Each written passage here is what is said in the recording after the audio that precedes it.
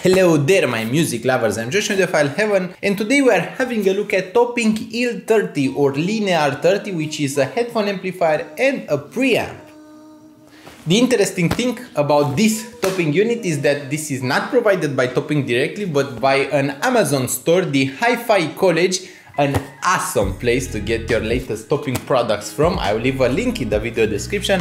And today's product, the Topping L30, is linear, or at least they are trying to sound like one, and it is priced at $140 US, which is a pretty steep price point considering that it has FiOK 5 Pro and a few others to compete with to have a place in today's market. The unboxing is actually quite simple. You just unbox it and then you are met with the package. Inside the package of the Topping L30 you basically can find a power converter, which is very large and heavy. You can find the unit, which is packaged so that you don't scratch it. You can find some manuals, which are not quite that useful. And you can find an adapter from 3.5 to 6.3 millimeters, which is basically great if you have EMs or headphones which have a small plug and you want to plug them into the L30, which only has a 6.3 millimeter output.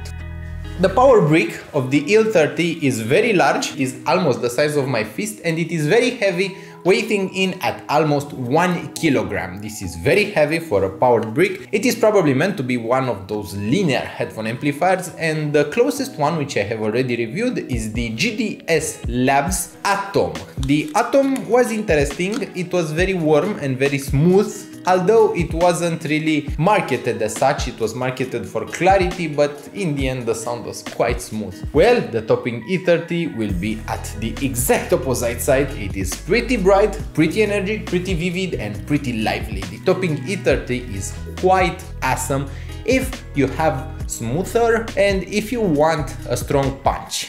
The Topping L30 is great if you have a smoother headphone and if you want a lot of punch, a lot of cymbal, and a lot of air. The power brick will not help with that. It is hard to have it in a power outlet. You will need a lot of space for it, and as a pretty big downside, it has a very short cable, so you need to have either it on your desk and have a power outlet on your desk, or you need to have the Topping L30 somewhere where it will not be so easy to reach. Since it does not have a remote like the Topping L30, which I also reviewed on Audiophile Heaven, it will be a bit hard to use it.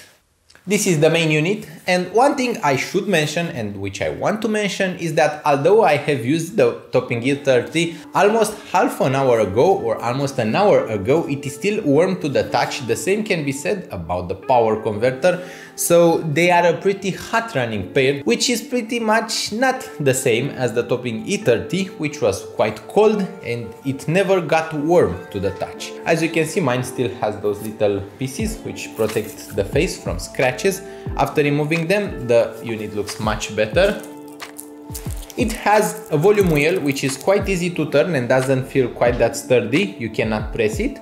It has two switches, one which switches between off, headphone output, and pre-output, which is basically when you will use this to control the volume for a speaker setup which does not have a volume embedded in the power amplifier or at the DAC level.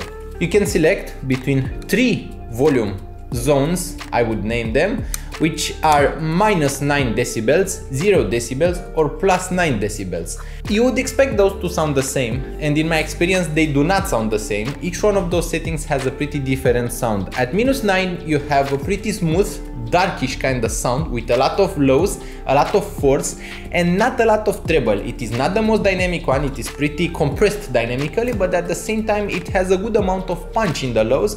It lacks a bit of air and it lacks refinement. That setting is most probably intended for EMs or very bright headphones. Since I was doing some tests with HiFiMan Sundara and HiFiMan Deva, I actually preferred the lowest volume setting, although even at maximum volume it did not have enough power in the -9 decibel setting. Then there is the 0 decibel setting, which is pretty much a middle ground between the two, and at +9 you have a pretty bright, pretty vivid, pretty energetic, pretty full of life sound, but at the same time at +9 you have quite a bit of noise, a bit of hissing. It hisses quite badly in the background, you hear a lot of background noise going on. And at +9 you don't have a lot of bass, it is pretty linear, which doesn't work so well for HiFiMan Sundara and HiFiMan Deva, and it doesn't really work well for bright headphones. It is a good setting for LCD2 Classic though, and it has its uses. Then there is the headphone output, which is in a 6.3mm format, only for big headphones, and since I mentioned that it has a lot of noise, you will totally hear that with EMs. If you have EMs that are even slightly sensitive to noise, you will hear it, you will hear a ton of noise in the background. It is mainly usable with headphones, just like the GDS Labs Atom. It is pretty much the same thing, but with a different overall tuning. Just like the GDL Labs, it has a lot of power at maximum settings. I couldn't really listen for a long period of time with +9 and the volume wheel at maximum, since it was deafening loud but still very clear, and I appreciate that. You don't really want a device that promises to be very loud but loses clarity in the process. And that is cool about the Topping L30, the linear headphone amplifier. It still retains its clarity, its definition, its resolution, even at maximum volume. You have to deal with a lot of background noise, which is even audible with HiFiMan Sundara, which is a new, it is not sensitive to background noise. But at the same time, you don't have to deal with high distortion at high volumes. It does not really distort the background noise, it's just present at all times. It is like a that keeps on and on and on. At the back of the unit we have the input into RCA, and we have the output if you are using it as a preamplifier, which is also into RCA jacks. Then there is the 15 AC volts, which mainly means that you have to use their own power supply, otherwise it will not be that handy. And this is pretty much it, the unit. The unit is made of metal. It is very solid, very well made. There is no way to turn, to twist or to break it. It is very well made. Also has tiny rubber feet on the bottom, so it doesn't really slide on your desk. But as I said, the length between the power converter and the unit is quite short, so you need to be very close to a power outlet, and that is a big inconvenience with the Topping L30. Overall, I would recommend this if you have hard to drive headphones. For hard to drive headphones, it is a heaven sent. It has a ton of driving power, it has enough punch, enough resolution, enough depth. It is interesting, it has an engaging sound. It is not exactly V-shaped, it has a pretty linear overall sound, but at the maximum level, which is +9 decibels, it tends to have slightly better resolution and details and dynamics, but that is at the cost of a higher overall background noise, along with a pretty brightish overall tuning. If you want the smoothest, most deepest tuning it has, you have to rely on the -9 decibels, and you have to pray that it will be enough for your headphones to drive them properly. For this test, I actually used Topping's own E30 as the DAC in the chain. The Topping E30 is a pretty good overall unit, and Hi-Fi College should also have it in store.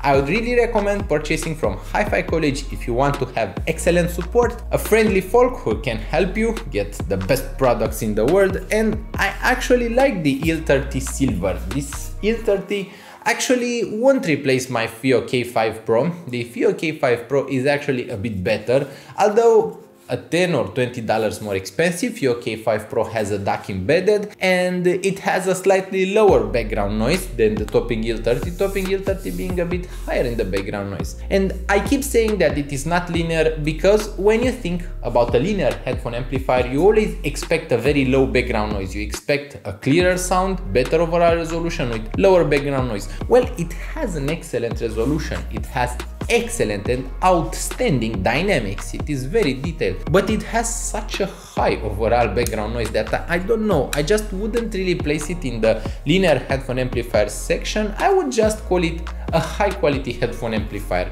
If you really want to be correct and to be politically inclined, it is a linear headphone amplifier at the end of the day. It's just that it doesn't really sound as clean as one when it comes to the background noise. If you want to pair it with something where it will really shine, I would recommend it with Verum 1, because Verum 1 will sound pretty good. Verum 1 is smoother, it is also a bit darker, so the Topping L30 is going to make them sound a bit brighter, a bit more balanced. It will give them slightly better overall dynamics and punch. I would also recommend the Topping L30 with LCD2 Classics with Sennheiser HD660S, and even with the Sigma P2 it is going to sound pretty sweet, as Sigma P2 has a pretty pretty strong mid bass which punches you in the face, so the topping L30 gives you a nice boost in the treble, which is quite welcome with the Sigma P2. I hope this video has been enjoyable to watch. I hope you have enjoyed your time spent here at Audiophile Heaven.